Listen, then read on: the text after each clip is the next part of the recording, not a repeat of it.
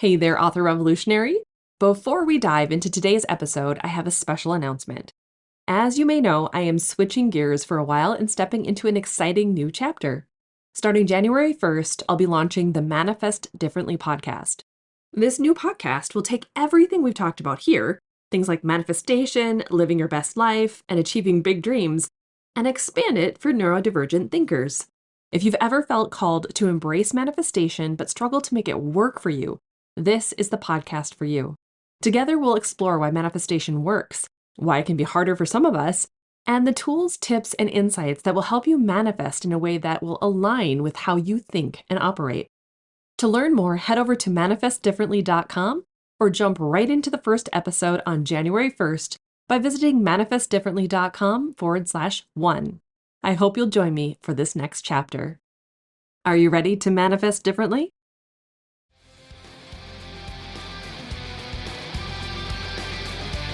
Welcome to the Author Revolution podcast. I'm Carissa Andrews, author and your host, here to help indie authors like you master mindset, harness manifestation, and embrace cutting-edge innovation to elevate your career. Let's dive in.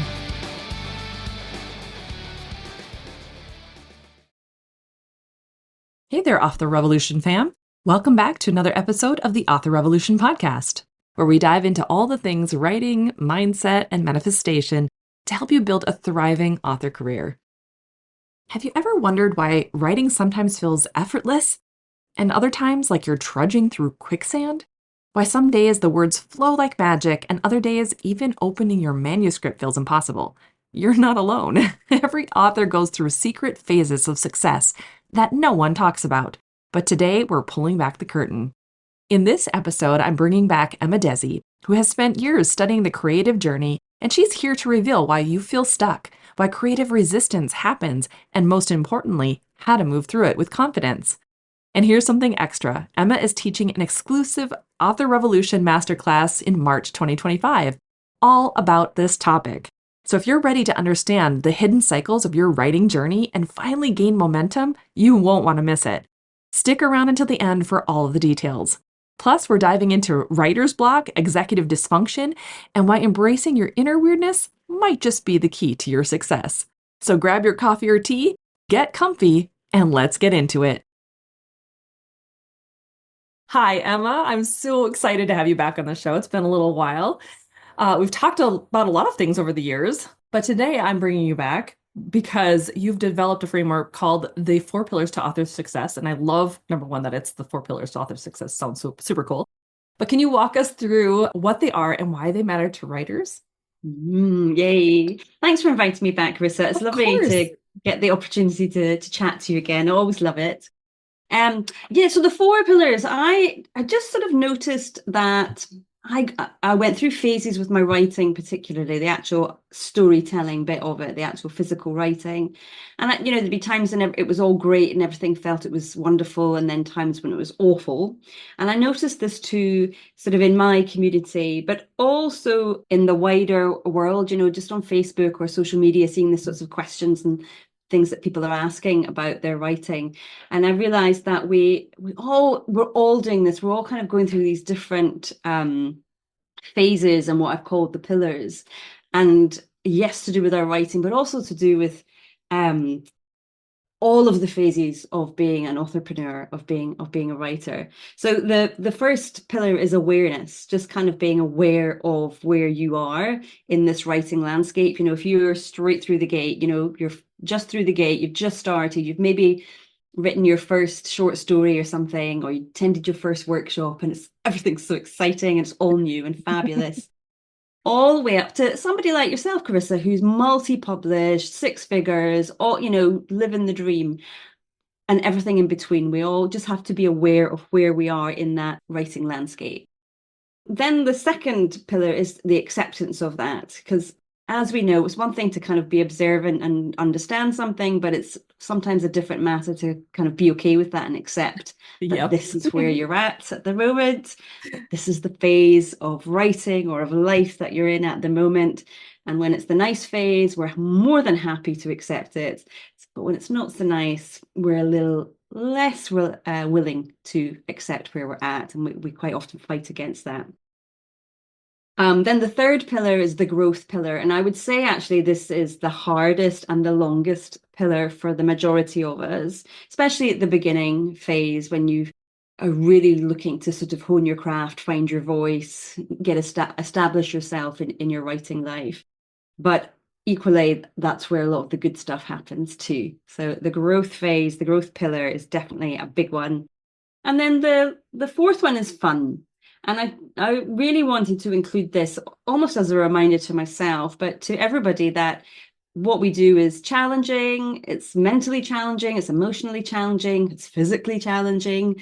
And so we need to reward ourselves and just recognize the little milestones that we hit and have fun with that. So that might be either in terms of rewarding ourselves after we've hit a milestone, but also just generally to remind ourselves why we got into this in the first place. And for the majority of us, it was because it was an escape from all the other stuff. It was our relaxation and the fun thing that drew us into it.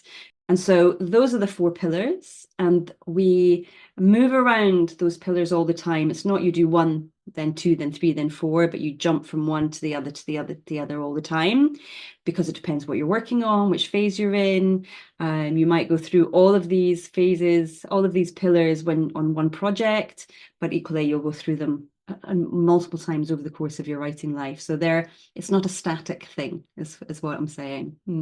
I completely understand that. It kind of just reminds me too a little bit of what we were talking about before we hopped on the podcast about like the 3D and 5D, how we're hopping in and out of all those phases all the time too. It's like we're constantly trying to grow and expand ourselves and like you said, accept where we're at when we don't like where we're at and we're still envisioning a better future.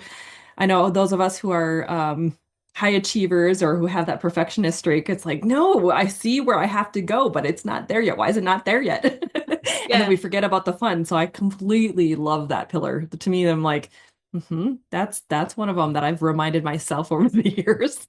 This is supposed to be Yeah. fun.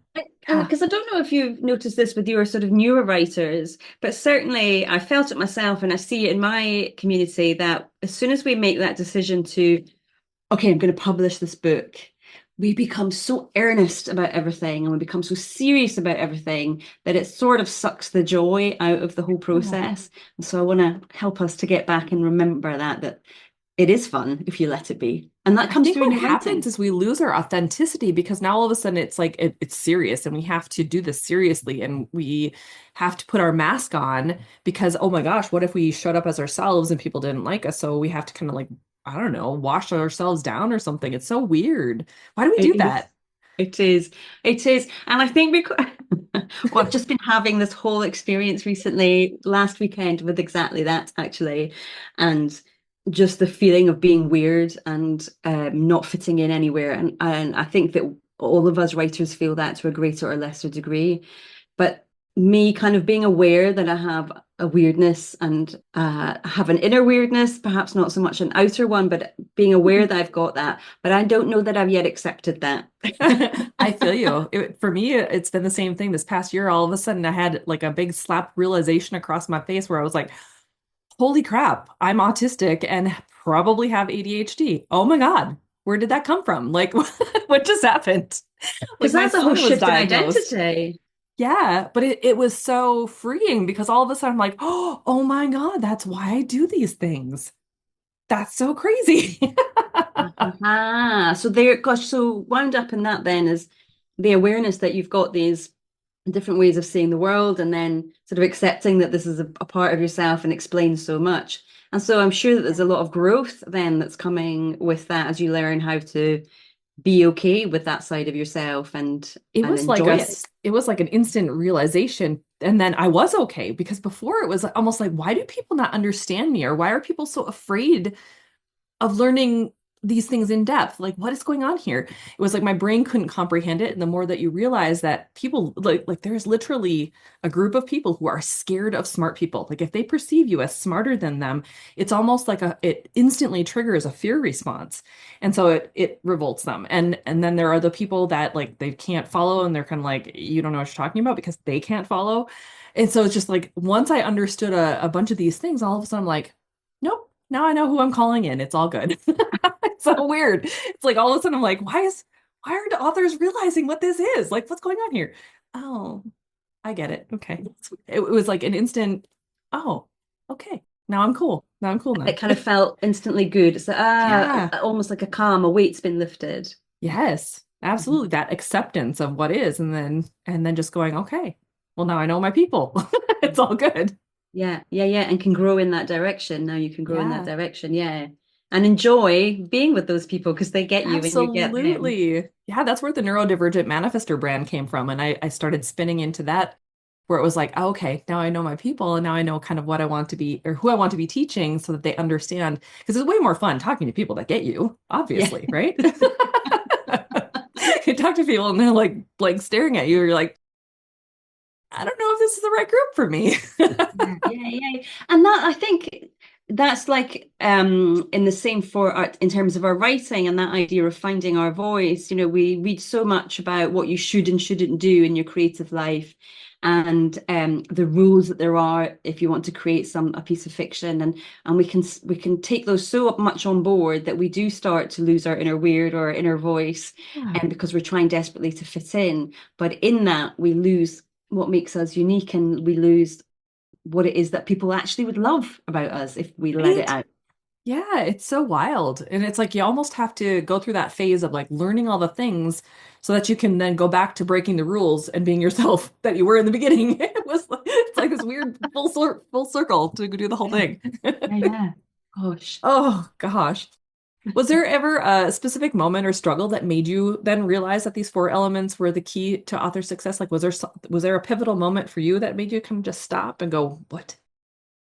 I think actually it was around the similar time that I understood a little bit more about writer's block or creative blocks and how they are more than just, oh, I'm feeling a bit tired today, or I'm not feeling in the mood to write today or to create today, but actually that there's something really going on inside that stops you from even getting to the page, from like, the fear is too much that you can't overcome it. And I was having a sort of round table discussion with some people in my community and trying to understand what it was that was holding them back from writing this book that many of them had been trying to write for decades, and some people had even taken a sabbatical from work because they had all the support there to do it, they had the means to do it, but they still didn't write the book.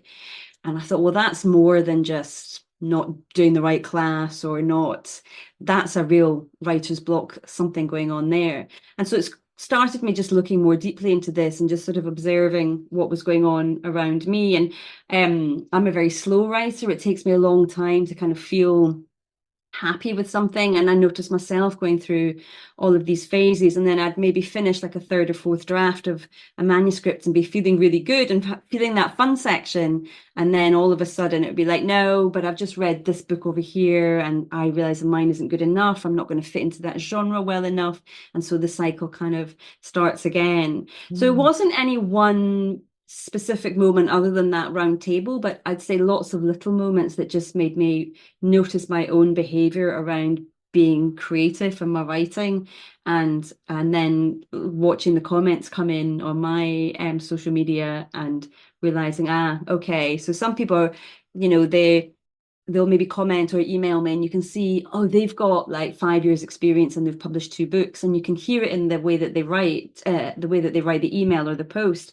There's a sort of there's a knowledge there, there's a knowing there. They've understood that they've been through this process several times, and whilst they're still feeling the feels, but they know they'll get through it.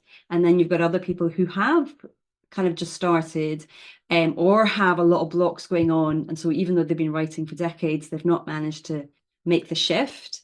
And the way that they write and communicate is much more of this kind of, I'd say, a feeling of desperation, of Mm. wanting this so badly that it's actually stopping them getting it.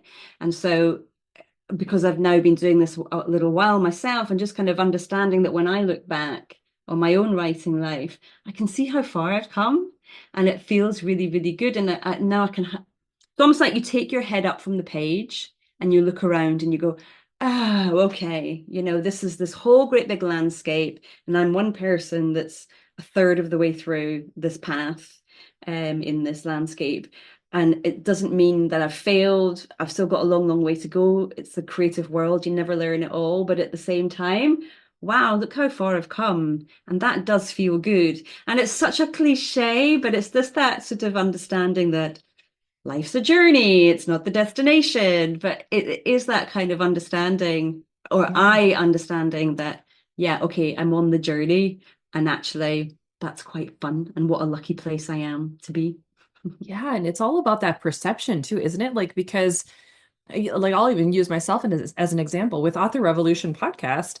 I've been doing it for 5+ years now, and there was a certain point at the end of last year where I just felt like, am I even making a difference? Like, is there even a point to this anymore? Like, should I just be done? And so when I was switching over to the Manifest Differently podcast, I was like, I don't even know if I'm going to do Author Revolution podcast anymore. I don't even know if I feel called. Like I don't like I've said it all at this point is how it felt. And it wasn't until taking that step back, taking that break and just kind of relaxing my perception or my continual loop of whatever I thought about the podcast, that all of a Mhm. sudden like looking around, I'm lifting my head up from the page and realizing there are other podcasts out there that I've always really looked up to.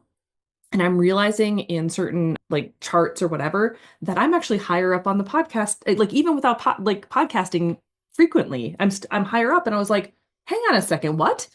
Wait a second, when did that happen? Like, what? Or like little things where all of a sudden I'm like, I have something to say to this audience, and I didn't think I had anything more to say. Do I still say it then, or do I just like do I continue? But it's this whole big phase of like having to almost take that step back for a sec Yeah. and realize what you have done. I think when you were talking about blocks, for me, I've always struggled with that concept, whether it's money blocks or manifestation blocks, or whether it's writing blocks, because like as a kid when I grew up, my mom she's an artist, and so she paints, and she taught us like there's always a creative solution to everything. You're never blocked with something, right? So you make a spill, you draw something wrong, you do like it was almost like that Jamie Lee Curtis book that they did. I can't remember what the book was called. It's like a kid's book, but it was so good. And like anytime you beautiful oops, I think is maybe what the book was called. Oh, I don't know And that one. so you make a mistake, but you can always do something creative with it, right? And so I onboarded that as a kid for everything. So blocks don't really mean anything to me, except as I was studying, I'm still learning about neurodivergence. I'm still learning about ADHD, autism, whatever, and I'm learning more about executive dysfunction. And so there are certain times where I catch myself where it's like it's not a block, but it's like I literally cannot get myself to execute on this thing right now. And it's usually because I'm burnt out, I'm overwhelmed in other areas of my life, and so I can't get the like emails. Sometimes it's like I can't even bother with emails. It's just, Yeah. and that's how I know I've reached burnout. And the more I'm learning about executive dysfunction, I'm like, I wonder if that's actually what all these blocks are. It's like literally you've got something else that needs to be resolved before you can get back into your executing mode, Yeah.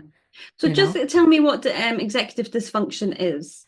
It's literally where like you're almost, from what I understand it so far, it's where you've got so many things that are bombarding your attention that there are Hmm. certain things that you just cannot execute on. So you want to be able to respond to emails, you want to be able to write that book, but because your brain is being pulled elsewhere, it's almost like when you've had a fight, right? Let's say you've had a fight with your spouse and it's terrible, and you still have to like write your chapter. It's like, how are you going to write that chapter when you're emotionally tied back to that argument that was going on? You can't. There's no you can't execute on that chapter, at least not to the best of your ability if you're calm, right?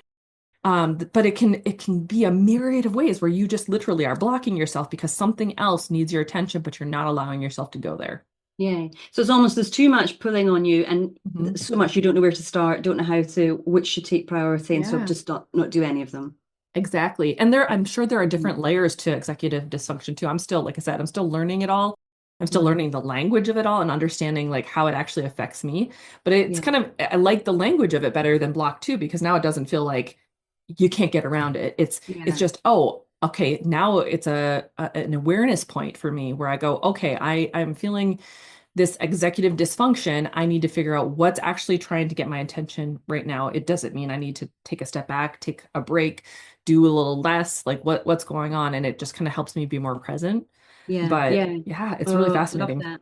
Yeah, Yeah. yeah. My son has ADHD, and one of the reasons I first started thinking that he might there might be something going on is because I'm sure you remember kids, there's a certain age at which they can learn to take on, you can give them three instructions at the same Hmm. time and they can execute all three.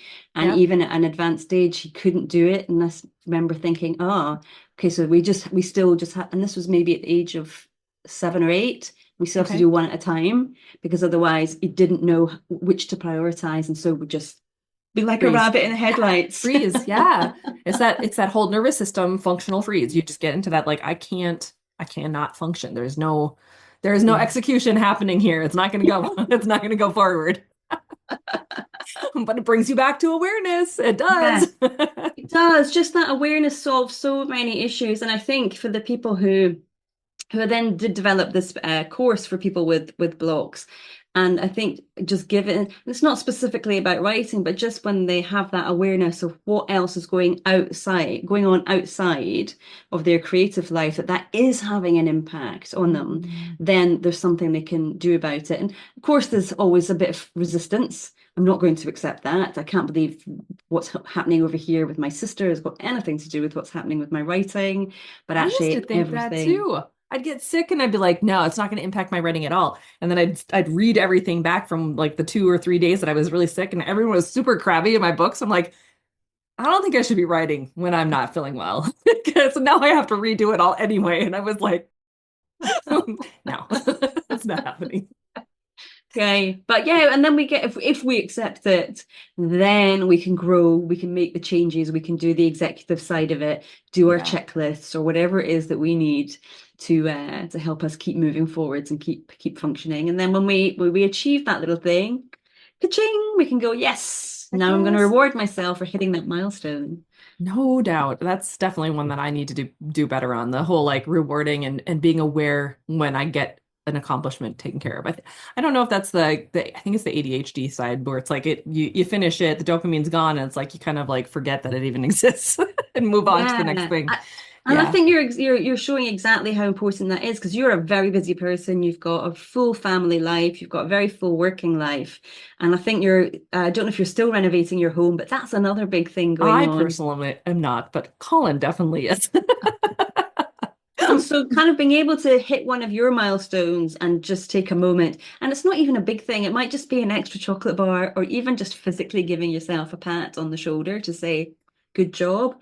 Yeah, That will give us a little bit of a dopamine hit, and make us feel good and make us want to carry on and do the next thing as well. for So sure. yeah, you need Yeah. to be doing this. Yes. Yes. Oh, and it's definitely something I've been working on probably since like 2019. I've been trying to like get better. Every year gets just a little bit better. Yeah. Getting to that point of slowing down just enough to be able to be like, that was pretty cool. That was pretty cool. Mm. Like I just got, I mean, I went over the 100K mark from Kajabi. So like I've earned 100,000 plus on Kajabi for Author Revolution. So I got a little pin Oh, and like a nice one. congratulations, and they sent me a microphone. Like I just got that Oh, yesterday. wow. I'm like, okay, I can take a moment and celebrate that. That's pretty awesome. That's That pretty is dang cool, awesome. right? Yeah. Yeah, So, that is but it's awesome.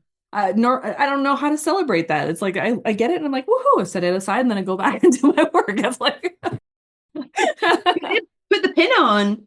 right? I'll just wear my pin everywhere. When Yeah. people ask, I'll be like, cause it's awesome. But I bet you though, when you opened that box or that envelope or whatever, and you acknowledged it, well, they'd forced you to acknowledge it. It did feel good. There was that little Yeah, dopamine hit, and maybe part that kind of just contributes to that feeling of, yeah, I am doing a good job with my podcasts. I'm going to carry on doing this because I I'm guess. giving something out, and clearly people are enjoying it. Right? Right? It's so good. And I think it's so Mhm. important that we do stop for a second because if we don't, it's almost like we put ourselves into a loop where we're not acknowledging how we're growing. So that pillar of growth, we're not acknowledging the growth.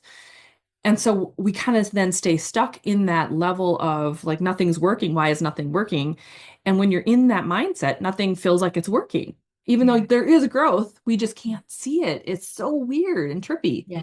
Yeah, you're right? just too entrenched, and we need that third eye, which is one of the great things about Kajabi sending you that, but about community and about working with Yeah. maybe just one critique partner or a little critique group if you like that, but that people are able to feed back to you and say, "Oh, well done, you did this. Do you remember you were struggling with that and you've nailed it? You've got that scene written, or do you remember you were so nervous about doing that podcast interview, but you did it and it was really good." All of these little things we need Yeah.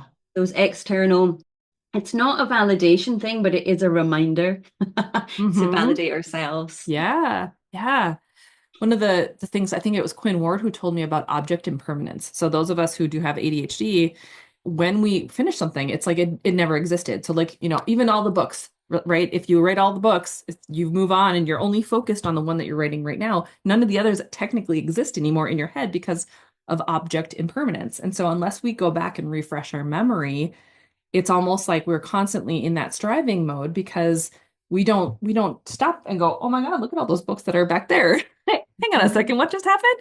Like we don't it's like it literally doesn't even come up in our brains. Mhm. So I weird. wonder if you're making me think about all of these authors who have written, 200, 300 books. Hmm. And because that takes a level of focus that Yeah. not the majority of people don't have. Hyper focus. Yes, hyper focus. And so now I've got one woman in particular in my head, and I'm now going, oh, I wonder if she's got Hmm. that. Very likely. Very likely. I have a couple of students that are like that where they've written so many books and they're like, why can't I break through this particular thing? And it's not even so much that they don't obviously they know how to write. They've been doing it for a long time. They've been selling books. They're doing that whole like I'm staying at the same income level, but I'm writing all the time. Like why is that the case? And it's because they forget about everything that they've built as well. They're not celebrating it, they're not sharing it, they're not talking about it. And so and maybe they're not even putting it in their backlist or anything. So people don't even they literally read the new book and they have no idea that there are hundreds to go choose from. And so that we stop taking that inspired action that helps us to grow because we're not Mhm. focusing on that element of it whatsoever. It's It's just a super treadmill. fascinating. Hmm. Yeah, we Yeah. have to, especially if you know you have ADHD or you think maybe you do. I think it's really important that we have those moments where we just take a moment, even if it's like once a month, once a quarter, to stop and relook at everything that we've accomplished this year, or throughout our author career, throughout our lives, whatever, because it's so beneficial to boost our morale, to see where we're going, to realize that no, I am in mid manifestation, mid journey, whatever. Mhm. And it's all working out for me. Why am I worried? Yeah. Yeah. And when you Yeah. take away that stress and that kind of unnecessary level of worry, then you can enjoy it so much more. And I do think that then sort of ripples out into the work itself. And there's a joy on the page. And you know how sometimes you read a book and you're like, oh, the author really enjoyed writing this. And you can just tell in the Yeah. way that it comes Yeah. out. And I think if we have that in us, if we're enjoying what we're doing and even enjoying the challenge of it, because it's a challenge we can figure out, then I think that does sort of spill onto the page and we then feel good about that project and that book that we've just written, which then helps facilitate that dopamine hit, that feeling good, and that want Yeah. to get back in and get stuck into the next project. Yeah, and I think that's so crucial because if you're going to be sitting there in that why is nothing working phase, it gets to that point where not only does burnout settle in, but you get discouraged and then you don't even want to do the writing, you know?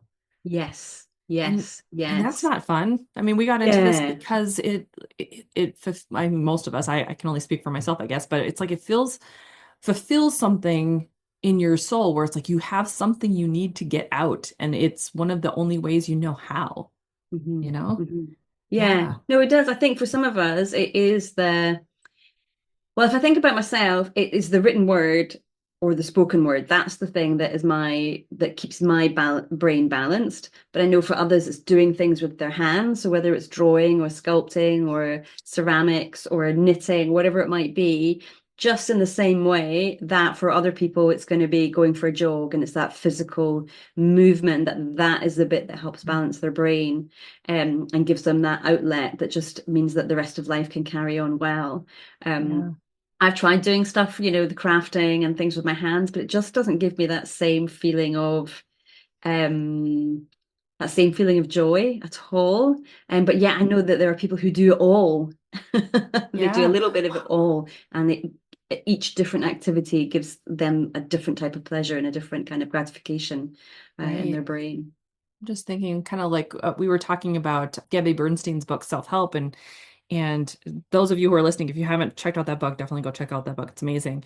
But she talks about how there's different parts inside of us that are wanting to protect vulnerable emotions, bigger emotions. And so I kind of wonder if, the people who have all these extra hobbies and things that really light them up, are they just tapping into more of like aspects of themselves that where it's telling them what makes them feel good and what to go do. Like for me, I don't have very many hobbies, but I definitely notice parts of myself where it's like if I haven't worked out, I got to go do that. Like I need that physical movement to just shift something energy wise. Or but for me, like my hobbies are more intellectual. It's like, ooh, let's go learn about quantum physics today. Let's go think about the nature of reality. I don't know.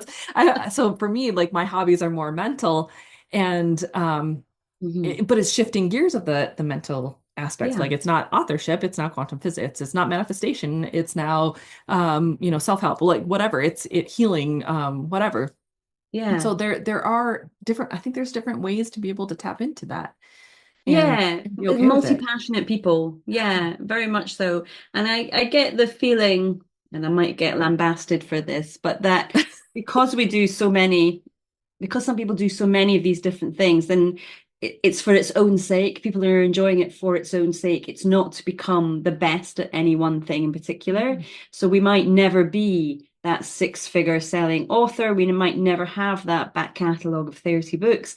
But along the way, we've enjoyed making this rag rug, or we've enjoyed doing this sewing, or we've enjoyed scrapbooking, and we've enjoyed writing the book. But we're never going to get to the end of that pathway because we're getting pulled in so many different directions. And I don't Mhm. think one is better than the other, not at all. But I think it does just depend on how your brain is put together and what makes you feel. And I've just been reading a book about this, about multi-passionate people and how we often feel as part of the weirdness. Mhm. And people are off Yeah. say, just choose something and stick with it. And for some of us, that's just not possible. No, Or it's a no. miserable life if you do Yeah. it. We live in like a specialist society right now, and the generalist is kind of put to the side. But I think there's a TikToker that I follow that she always talks about, being that multi-passionate generalist because these are the type of people that are going to end up kind of taking over and dominating the new economy whenever it truly shifts because there's so much we live in an information age, right? And there's so much knowledge that these generalists we typically have because we are so interested and passionate in so many different topics. And so, it was kind of interesting. I had a one-on-one coaching client just last week, and in the author sphere, many of the like I could never peg myself down to one thing. It was like it didn't feel right to just I'm going to be the Facebook person or the ad person. I didn't want to peg myself into that hole, and so I was doing a lot of different teachings and understanding a lot of different things. And it wasn't until talking to this gentleman and him going, "Oh my gosh, you're a generalist. You're the type of one-on-one coach that does these things and knows all of the stuff instead of just like the one topic." He's like, this is amazing. And so it was like, we had the best. It was like an entire six package session. So we did his course over 6 days, and it was like we were all over the place, touching on everything. And it was like the most, like even from the coaching perspective, so interesting to talk to him because he got it. He understood all these different pieces, but he knew that he didn't know them yet. If Uh-huh. that makes sense. So it sounds like he was a generalist too, and was just Yeah. you were just the right person who could get that about him and not try and pigeonhole him into one thing that he Yep. enjoyed but didn't want to focus his whole life on. Because we Yeah. hear that a lot in the entrepreneurial life, and I would say the entrepreneurial life as well. Pick your niche and you go with it, and you become known for that one thing. So I that could couldn't be do it. for I couldn't do it. manifestation, it could be for one-on-one coaching, or it could be the genre in which we write. But so many people who are creative find that really hard and want to be Mm, able to express themselves in doing a children's book and a women's fiction book, and they want to do a memoir as well. yeah. And it's I really like that you've said that, the generalist. Again, just that there's a word for that makes me kind of go, okay, I'm not alone in this. I might Yes. be weird, but I'm not the only weird person out there. Definitely not. I will have to like send you the link to the lady that talks about it because she's amazing. I love her. She's so in your face about it. Like, don't even like dim your shine. Like, this is how it works. Like, you know what I mean? It's so great.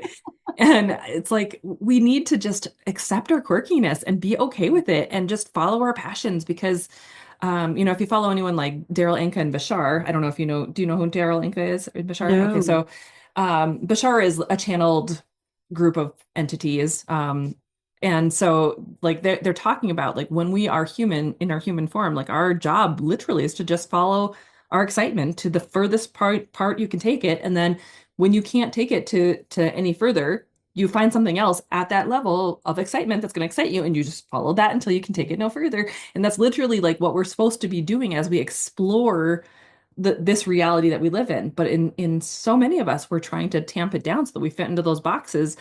And as we shift from this, like we were talking before the call, this 3D reality into 5D reality, we're going to see a lot more people who are so multi-passionate because there's so many cool things about this world to be checking out. And I don't want to spend my entire time talking about Facebook ads. Like, what? No. What? I know, but I do sometimes wonder, would life just be simpler if I could just choose one thing and stick with it? It would be so boring. I would be dead. I'd be snoozing while I was talking to people. Which is not. I'd be like, anyway, I'm doing this thing. Hang on, let me type something over here while I'm still talking to you. Like I can do that That with my did kids, and happen they're to like, me in a "How are you job I still had. typing?" That did happen to me in a temping job I had many years ago. Was doing data work on computers, and every sort of 20 minutes or so, I'd have to get up and go to the toilet because I could just feel myself drifting off. Right? It was awful. I felt really embarrassed and very unprofessional. But it was a real sign to me, Emma, you are not meant for the banking world. That's not going No. to happen for you. Yeah, that is not intellectually stimulating enough, I'm pretty sure. No, no, it wasn't for me, that's for sure. Oh, isn't Oh. that funny? Yeah, the repetition thing for me is the same. It's the same. It's like I can't do repetition. And I think that's part of the problem that I've had with the podcast. It's like I don't want to have to redo episodes or unless like there's something really new, right? If there's something new and that's really on my mind, then I'll share it. But it's like I don't want to have to keep talking about one topic. I think about Amy Porterfield, right? And she talks Mhm. about teaching Building. courses and then lead magnets. And that's all she really talks about. And every once in a while she brings people in that'll kind of be outside that fringe, but that's like her world and her bubble. I could not do that for years on end, talking about the same exact thing. I couldn't do it. No, no, I'm exactly the same, but I have tried, and I don't know if you found yourself in the earlier days as well, listening to people like Amy, who is so amazing at what she does and Mm. is so clear at what she does. Yes. And I wanted to be like her and emulate her. And same with Denise Duffield Thomas, Yep. money mindset, that's her big, big thing. But I found that I just cannot sustain that level of interest in talking about, they've been doing it for 15, 20 years now. It's like, I couldn't do that for that length of time. Instead, I want to bring what I'm learning to the forefront and bring that energy and enthusiasm and hopefully inspire other people to be interested in learning about what I've been doing. And Yeah. then I'll be super passionate about that for a while. And then I'll be like, okay, oh, what's this shiny thing over here? Let me go and discover that and then share it Same. with you. Same. And I think, it goes back to that, like when you look at the nature of reality, the universe is expanding. And Abraham Hicks talks about being on the forefront of that expansion. Like we are the conscious creators on the forefront of expansion. And the reason that's happening is because when new information comes into us, we're excited about it and we grow our knowledge and we continue to expand with it. And so I kind of view us like that. We're at the forefront helping others to expand their awareness rather than just staying stagnant in this one area. And it's not necessarily like stagnant. I'm sure they're bringing in new concepts for themselves as well, but it's like they've not given themselves permission to come out of that just a little bit. And I couldn't do that to myself. I don't know why. No, Yeah. no. I guess is that do you think you enjoy the sort of challenge aspect of it as well? That Mm. your brain is being challenged and your understanding and your capabilities are being challenged, and that is exciting to Oh you. yeah. Yeah, and it's that growth aspect, right? So it goes back to the growth and understanding and allowing that knowledge to come in and the challenge for sure. I've always thrived in those challenge areas. It just it I don't know why. It just sparks something in me where I'm like, heck yeah, let's try this. Let's see it. Let's see how it works. Let's go. I've And have never you been always scared of been like that. that? Yeah. Yeah. How about you? Have you always been like that too? Like where you're always interested to take on a challenge? I think so. I think so. I feel like I'm a sort of funny mix of the two. I really quite like a lazy life. I'll take the shortcut if I can. But Sure. at the same time, I am always looking to learn something new, to do something different, to challenge myself. But I notice, and this is again, so I've had this kind of awareness recently, that I will do it as long as it feels safe. I'm Hmm. not very good yet at being someone who goes, okay, this is massive, and I'm just going to throw myself into it and see what happens. Okay. I do tend to be a little bit more of a baby steps or want someone else to guide me along the way.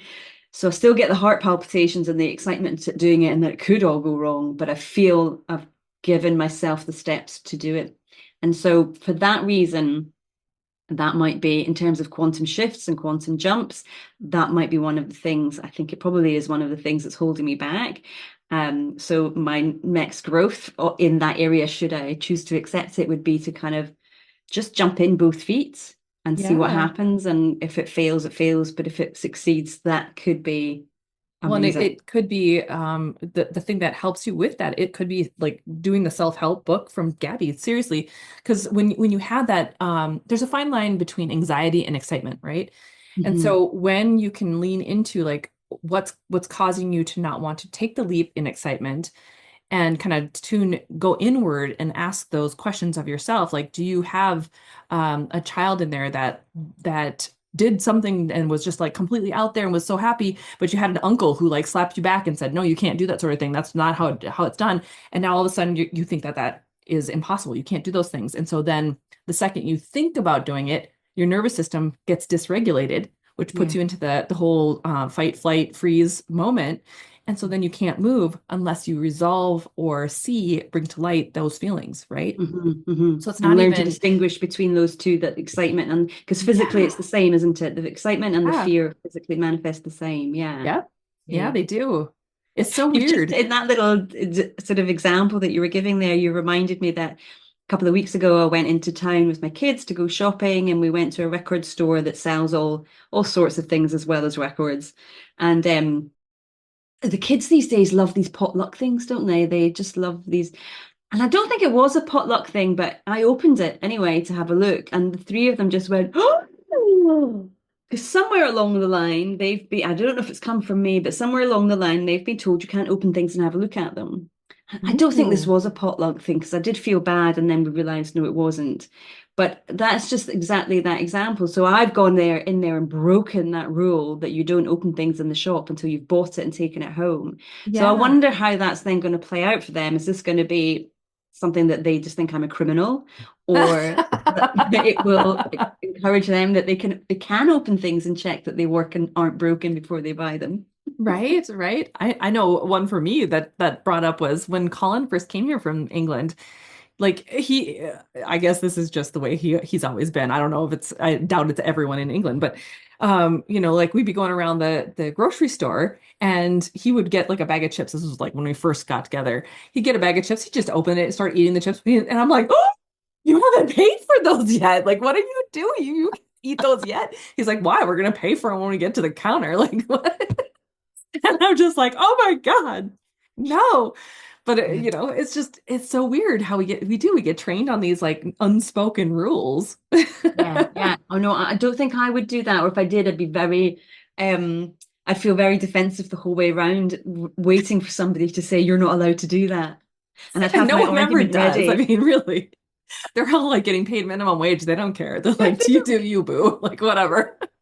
But in my head, I've blown this up to be this really big thing, and that everybody's staring at me, and Yeah, someone's going to come and call me out on it.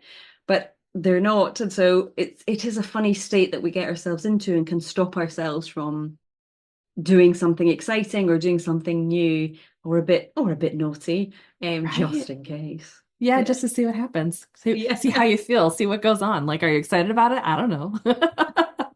I still I can't say love that that I've ever idea. done that myself, but So now do you open the bag of chips as you're going around if you no. Well, I don't really eat chips anymore either, but no, I don't. I think the perfectionist Hermione side of my brain still goes, you can wait until you get home. Or at least in the car. Like wait until you get in the car, then maybe. you paid for them. Yeah. Yeah.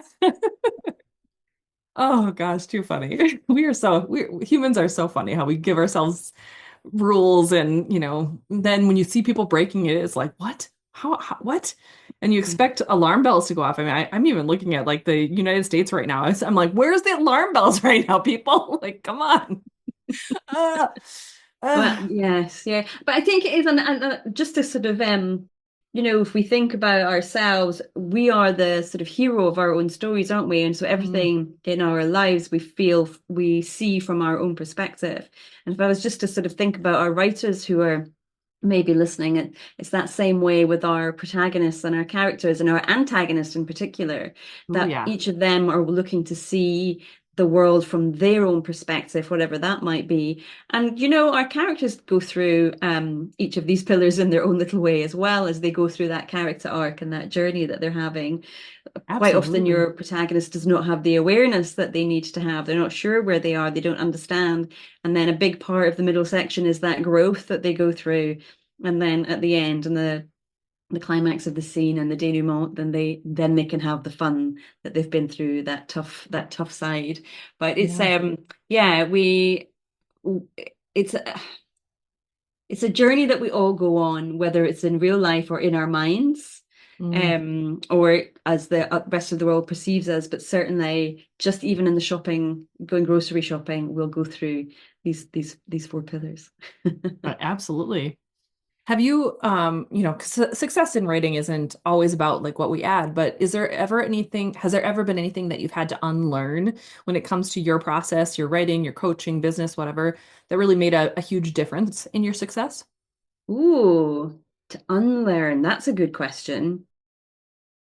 To unlearn, um, actually, a recent one has been.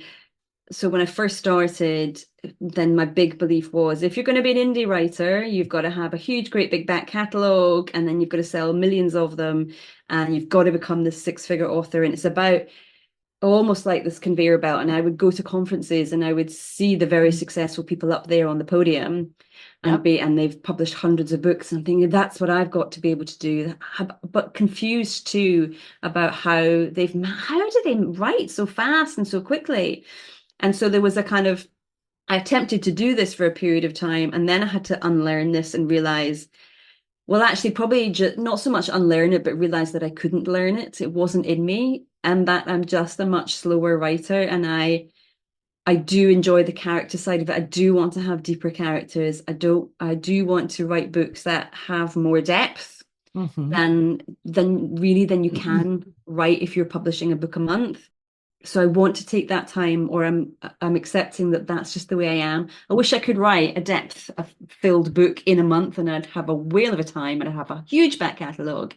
But I just accepting and understanding that that's not the way I write, and so I'm unlikely unless I suddenly hit the zeitgeist and I have this big bestseller that catches fire, then it'll be a slow, steady road for me. And that is okay. And in fact, that's probably preferable for me because I do want to do other things. I don't want to write for 10 hours a day, like many of those writers have to do.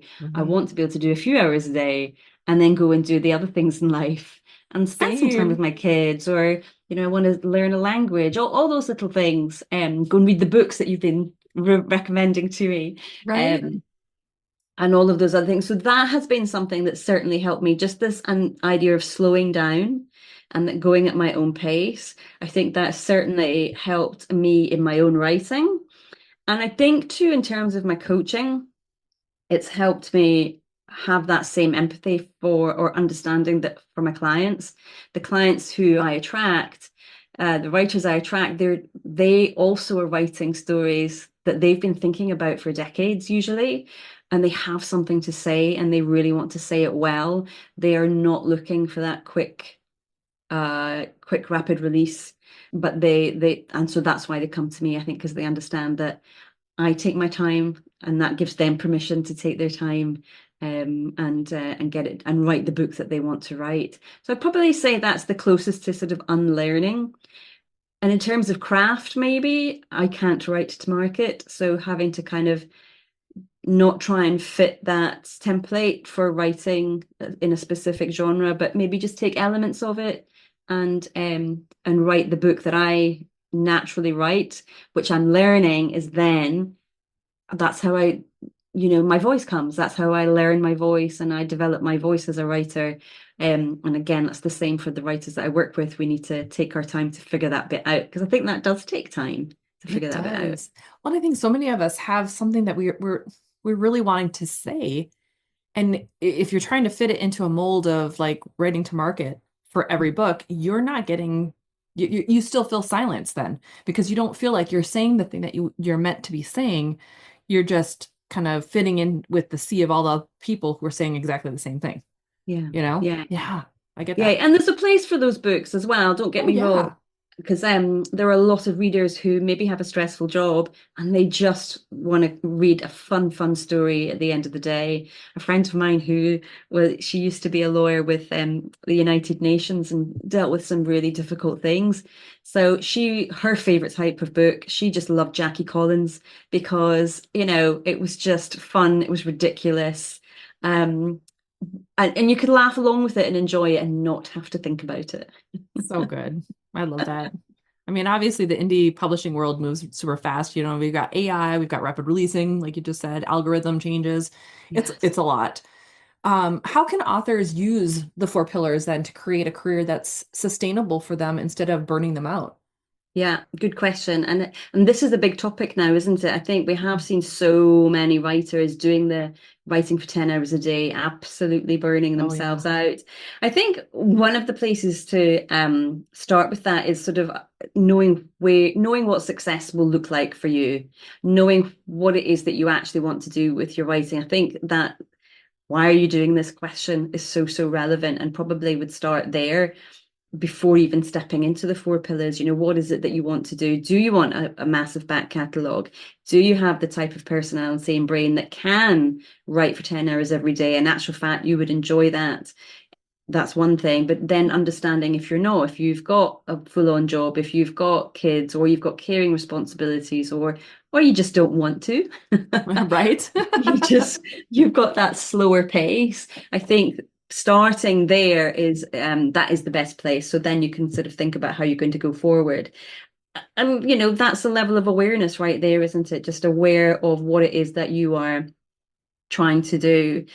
And I would say regularly lift your head up from the page if you can and sort of look around so you can see what other people are doing.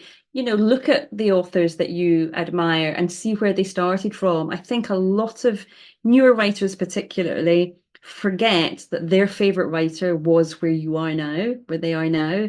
Mm. J.K. Rowling was sat in a cafe as a single mum trying to write whenever she could. Stephen King did have those years where, yes, he was prolifically writing and he had Tabitha to help him along the way, but he was still teaching and he was still having to find a way around it. And even at the height of his alcoholism, he had to manage those demons and do his writing. So, you know, we all start pretty much in the same place, and then that journey will take us along whichever path we make the choices about. And then just accepting that is, if you do want to do the rapid releasing, accept that you're going to have to put in the hours. There's no two ways about it. It takes a lot of work. Or if you don't want to do that, know that it's just going to take you longer and that that's okay. And don't try and push yourself into being the type of writer that you're not naturally fitted to be. And in both of those circumstances, and in all of the ones that are in between, the growth will happen naturally. That will happen. As long as you don't give up, then the growth will happen. I mean, certainly when I wrote my first book, the sort of bet that I gave myself, or the dare that I gave myself, was just to finish the first draft. And if I finished that first draft, then I'd know was this just the worst thing I'd ever done? Did I hate every single minute of it? Or did I enjoy it? Because if I hated it, then I'd stuck with it. I'd finished the project. I'd finished it from beginning to middle and end, and then I knew I had the experience now and the evidence of whether I enjoyed it or not. And then I could tick that off, if you like. I'd Right. done it. I'd achieved something I'd always wanted to achieve, and discovered it wasn't what I hoped it would be. That in and of itself is huge, huge growth, and gave would have given me the awareness that being a writer was not for me. Thankfully I did. I've got the fun factor, and that kind of feeling, that dopamine hit of having finished that first draft was amazing. And I decided, yes, I did want to go on and revise it. But it's just not giving up, because I think it was 2 years to do the first draft and then another 5 to do the revision. But slowly, slowly catch you monkey, just don't give up. Yeah. And if we accept the way that we are, as our personalities, as weird or unweird as we feel that we are, we will get there. And if that is in and of itself, the sustainability will look after itself. Just knowing we can't do everything straight out of the gate. We don't have to do everything straight away. We've got to make it a part of our lives that feels right. And it will figure itself out as you go along. But the most important thing really is to enjoy it. Because if you're enjoying something, you can get hyper focused. You can do it for hours and hours if you're enjoying it. But if you're forcing yourself to do things that you're too tired, you're ill, you're not relishing, it's not the kick that it used to give you, it's not the fun that it used to be, you're going to burn out so much quicker. And Oh, so yeah. stop, just take the break, revisit it. Do you want to come back to it? Or actually, has writing one book, one memoir, that's actually been enough for you, and that's all you've needed to do?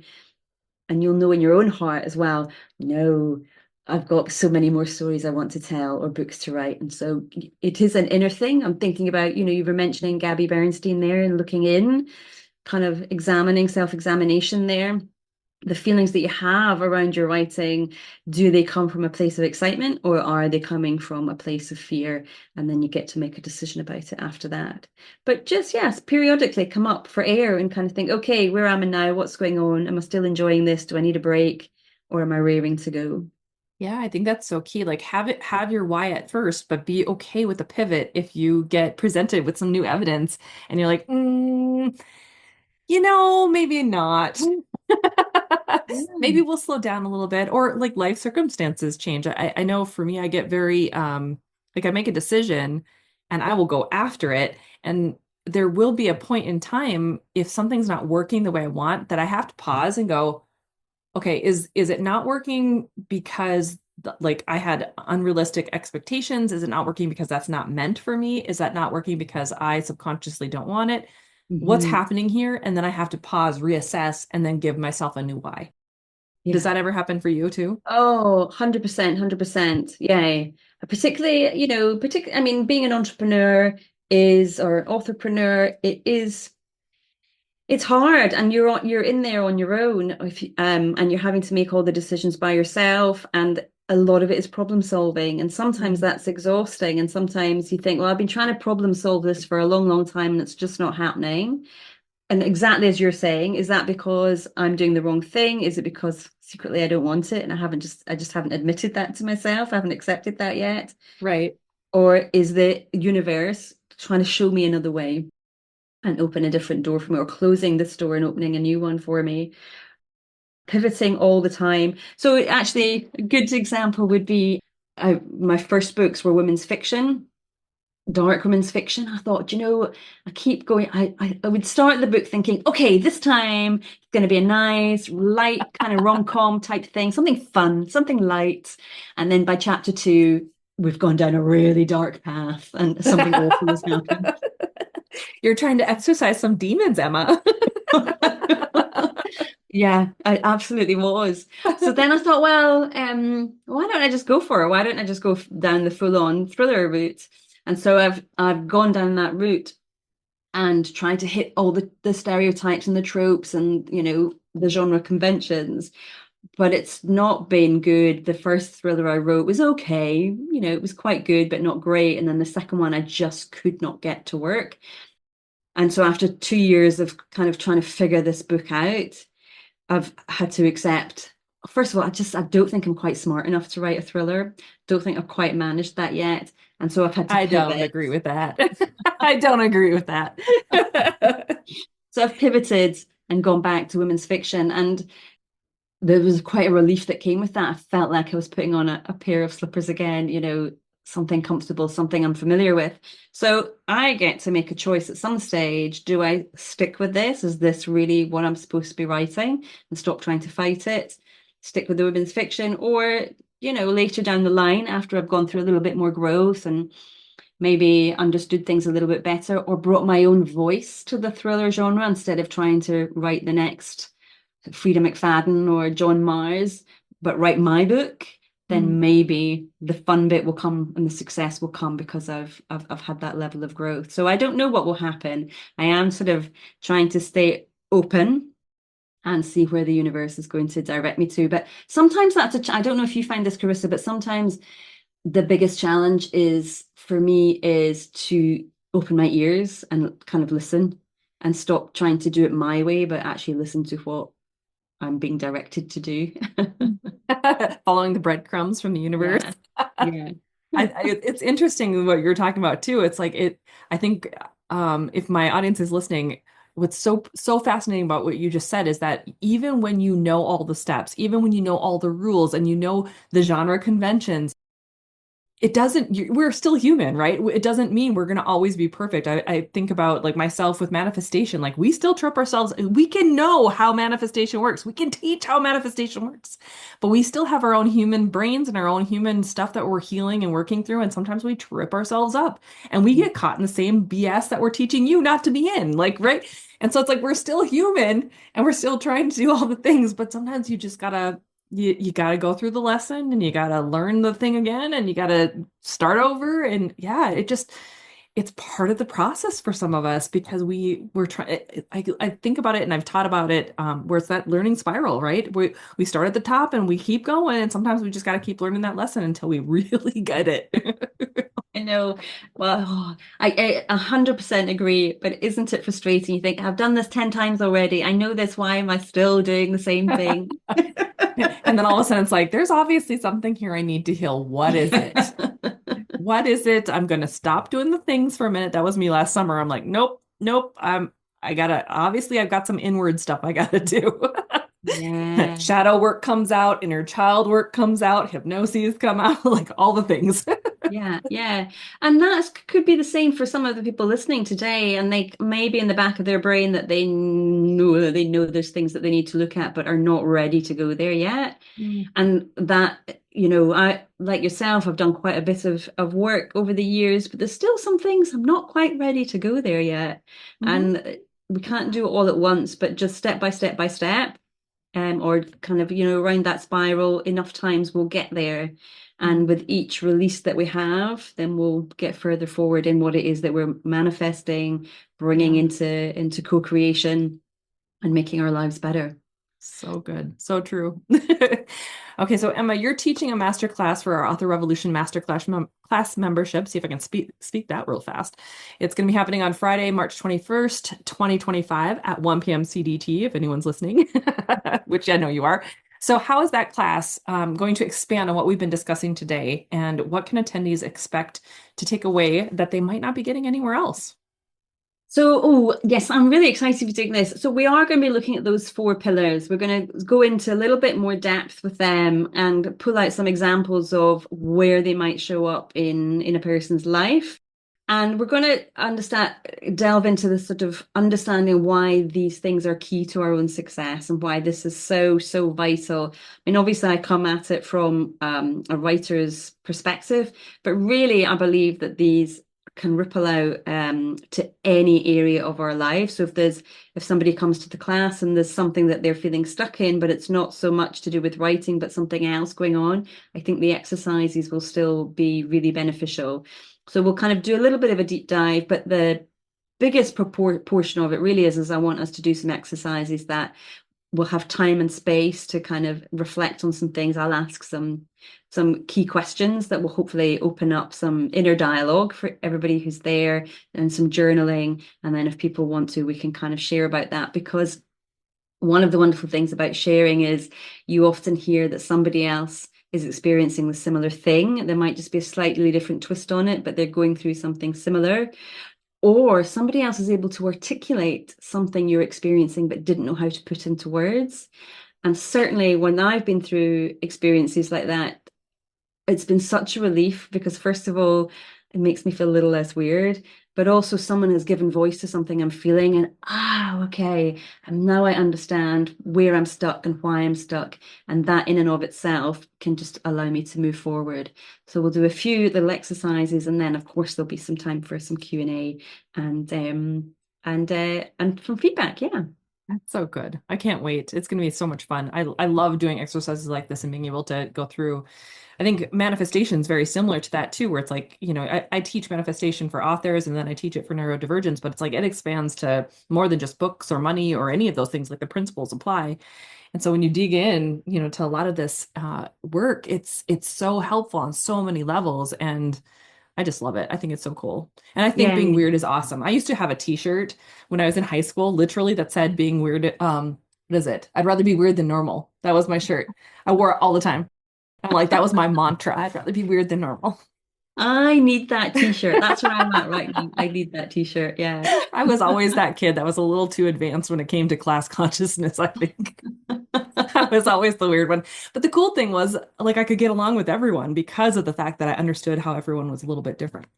I Do you think that's think that, my yeah, relator. so by embracing that weird, and we've been using that word weirdness, I hope no one's offended by it, but that embracing that side of Quirkiness. yourself, do you think because you weren't embarrassed by it and you weren't ashamed of it, that it made other people feel more at ease as well? I think so. Yeah, because well, I didn't know at the time that I'm a number one relator, but I do now in the Clifton Strengths. And so for me it was like I can relate to anybody. I can see where they're coming from and why they're doing what they're doing very easily. I kind of blame that on my brother, I suppose, my brother who had brain tumor, because it came very early on that I was interested to figure out how people work and how they're different and whatever. But yeah, it let people open up because I would never judge them in the way that they were judging others, right?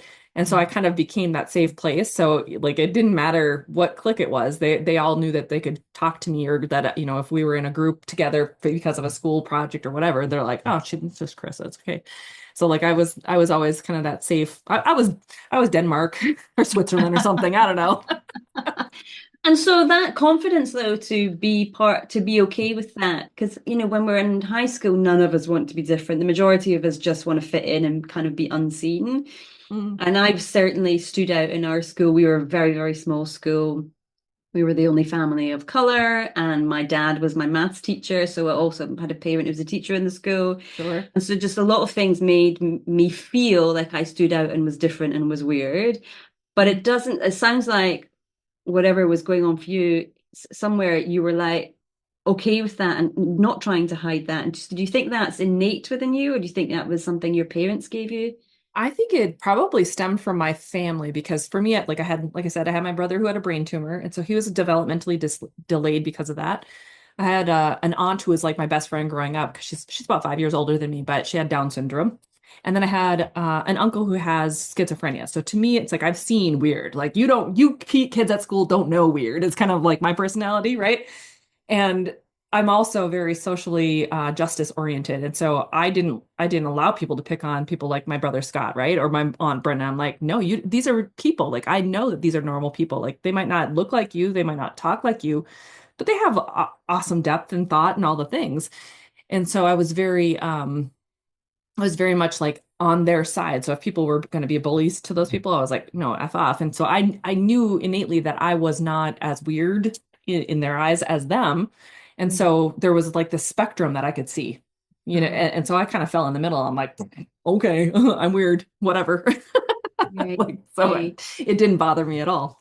Oh, it's so commendable though that that was your natural response to it rather than trying to distance yourself from it and be embarrassed Yeah. or, pretend it's not happening. Yeah. Yeah. I think that definitely let me take on new challenges readily. Like I don't shy away from those new challenges. I'm like, you don't like AI? How weird are you guys? Because it's awesome. Like what? Oh, I need a bit more of that, Carissa. I need a bit more Carissa Andrews. That's what I need. There you go. Just follow me, Emma. It's fine. I'll show you. It's so fun. I love chat. I love playing with chat. It's so good. Oh, well, we've talked about an awful lot. So I'm going to say, okay, right now, if anyone is wondering, how do I embrace the four pillars? I don't know where to start. What do I do right now? Because obviously the masterclass isn't for like another month yet by the time you hear this episode. So where can they go? How do they find out more about this whole situation? How do they connect with you? Good question. So the easiest place to find out about everything to do with me is to go to my website, emmadhesi.com. But specifically for the four pillars, I do have a little cheat sheet for people. So if you were to go to emmadhesi.com/four pillars, and that's the number four pillars, you'll be able to download that cheat sheet, and it'll be a good reminder of what we've talked about. And probably a great thing to look at before we have the workshop, because then it'll be things that you can be ruminating about and thinking about. How do they apply to your own life? And now that you're aware of them as well, do you start to notice when you fall into one of those pillars? And are you happy to be in that pillar? Do you want to change that pillar? Do you know you just need to sit with that pillar for a while? And that kind of awareness will just help you along. You'll already be making a flying start even before the workshop. That is so, so good. I love it. Well, Emma, thank you so much for coming on, sharing so much. We talked about so many things today. I'm so thrilled. So thank you for being here, and I can't wait for your class coming up. Oh, it's a pleasure, Carissa. So lovely to see you. Thank you. Wow, what an incredible conversation with Emma Dhesi. Every single time we get together, we always have such a blast. I also love how her four pillars to author success remind us that writing is a journey, not a straight line. So if today's episode resonated with you, take a moment to reflect. Which pillar are you currently in? Awareness, acceptance, growth, or fun? I know for me, I'm probably somewhere in between every single one of them. It's kind of funny because I bounce around and I'm back and forth and I'm reminding myself daily to have that fun piece added in, right? How about you? Definitely growth, definitely acceptance for where I'm at, and awareness that I can be accepting of where I'm at. It's a crazy cycle, isn't it? And if you're ready to take this framework even deeper, don't forget, Emma is teaching our Author Revolution March 2025 Masterclass on the four pillars to author success. This is your chance to work with her and get the guidance you need to move through these phases with confidence. Head over to authorrevolution.org/269 for all of the details and to find a way to reserve your spot. But wait, there's more. If you're looking to uplevel your manifestation game and step into your millionaire author self, get ready because the doors to the Millionaire Author Manifestation course are opening on March 1st. You can either join one of my exclusive webinars to snag a special discount, or just make sure that you're on my email list so you don't miss out. This year's class officially kicks off on St. Patrick's Day, so get ready to manifest some serious success. Again, all you have to do is head over to authorrevolution.org/269 for all the details. I will include information on the upcoming webinars. And like I said, sign up for my email list if you're not on there so that you can get a special discount. As always, if you've enjoyed this episode, don't forget to subscribe, leave a review, and share it with your fellow author friends. Because we all need a little reminder that success isn't just about the destination, but the path we take to get there. Until next time, my friend, go forth and start your author revolution.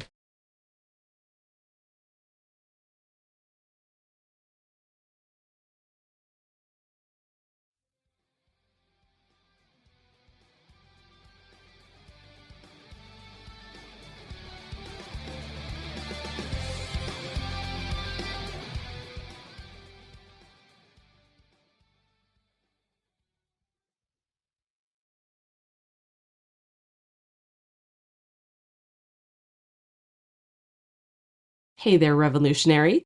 Before we dive into today's episode, I have something super exciting to share with you. If you've been struggling to find your breakthrough moment and you're ready to take your author career to the next level, I want to invite you to check out the High Vibe Author Membership. It's my new membership packed with transformative courses, powerful meditations and hypnoses, and a supportive community that's here to help you manifest the abundant author life you've always dreamed of. Head over to authorrevolution.org/high vibe to learn more and start your journey to success today.